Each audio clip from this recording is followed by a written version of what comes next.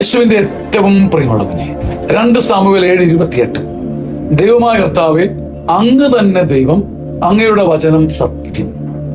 ദാവീദിന്റെ പ്രാർത്ഥനയിൽ ദാവീദിനെ ഏറ്റു പറയാനുള്ളത് ഈ പ്രാർത്ഥന. ദൈവമായ കർത്താവേ, അങ്ങ് തന്നെ ദൈവം, അങ്ങ് ഞാൻ ചാരുന്നത് എന്റെ ദൈവത്തില, സർവശക്തല്ല, അങ്ങയുടെ വചനം സത്യം.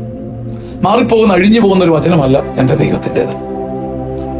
സർവ്വ സങ്കടങ്ങളുടെ നടുവിലും അതുകൊണ്ടാണ് ഒരു വചനം കേൾക്കുമ്പോൾ നമ്മുടെ ആത്മാവിന് സമാധാനം കിട്ടുന്നത്. അതുകൊണ്ടാണ് ദൈവമായ കർത്താവേ, അങ്ങ് തന്നെ ദൈവം, അങ്ങയുടെ വചനം സത്യം.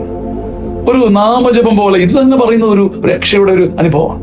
എന്റെ ദൈവമായ കർത്താവേ, അങ്ങ് മാത്രമാണ് ദൈവം, അങ്ങയുടെ വചനം സത്യം, അങ്ങയുടെ വചനം സത്യം, അങ്ങയുടെ വചനം സത്യം.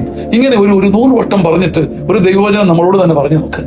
പനിമഞ്ഞ് പെയ്യുന്നത് പോലെ ആ വചനത്തിൽ നിന്നും സമാധാനവും കൃപയും താഴേക്ക് നമ്മുടെ ഹൃദയത്തിലേക്ക് വരുന്നത് നാം കാണും.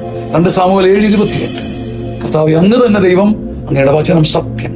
ഒരു മുഷ്ടിപ്പിക്കുന്ന അതിന്റെ ഉറപ്പ് പോലെ ഈ വചനത്തിൽ, ഈ വാഗ്ദാനത്തിൽ വിശ്വസിക്കാൻ വരട്ടെ.